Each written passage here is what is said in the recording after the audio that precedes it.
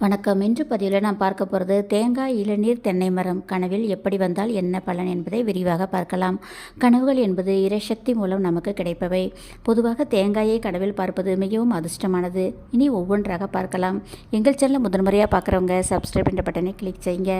உங்களுக்கு மற்றவர்களிடமிருந்து தேங்காய் கிடைப்பது போல் கனவில் கண்டால் தொழிலில் நல்ல முன்னேற்றம் அடைவீர்கள் என்று அர்த்தம். தேங்காய் உடைப்பது போல் கனவில் கண்டால் அல்லது உடைந்த தேங்காயை தாங்கள் கனவில் கண்டால் நீண்ட நாள் ஆசை நிறைவேறப் போகிறது என்பதை உணர்த்துகிறது. தேங்காய் உரிப்பது போல் கனவில் கண்டால் தாங்கள் புதிய முயற்சியில் வெற்றி கிடைக்கும் என்பதையும் மனதில் வலிமை ஏற்படும் என்பதையும் உணர்த்துகிறது. தேங்காய் சாப்பிடுவது போல் கனவில் காண்பது தங்கள் உழைப்பிற்கேற்ற ஊதியம் கிடைக்கப் போகிறது என்பதை உணர்த்துவதுதான் இந்த கனவு. அழுகிய தேங்காய், கொப்பர தேங்காய் கனவில் வரக்கூடாது. அப்படி வந்தால் செய்யும் செயலில் கவனம் தேவை. உங்கள் வாழ்க்கையில் சில சிரமங்களை சந்திக்க நேரிடும் என்பதை குறிக்கிறது. கொப்பரை தேங்காய் கனவில் வரக்கூடாது. இளநீரை கனவில் பார்த்தால், அதாவது இளநீர் பறிப்பது, இளநீரை குடிப்பது இப்படி கனவில் தெரிந்தால் தங்கள் ஆரோக்கிய குறைபாடு நீங்கி, அதாவது தங்கள் நோயில் இருந்து குணமடைவீர்கள் என்பதை உணர்த்துகிறது. மற்றும் நீண்ட நாட்களாக தாங்கள் நினைத்த காரியம் நடைபெறப் போவதாக அர்த்தம்.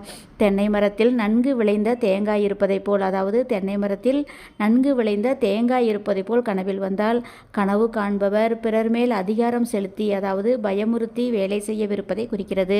காய்ந்து போன பட்டு போன தென்னை மரத்தை கனவில் காண்பது வரவிருக்கும் பிரச்சனை மற்றும் நட்புறவுகள் செய்யவிருக்கும் துரோகம் பற்றி குறிக்கிறது.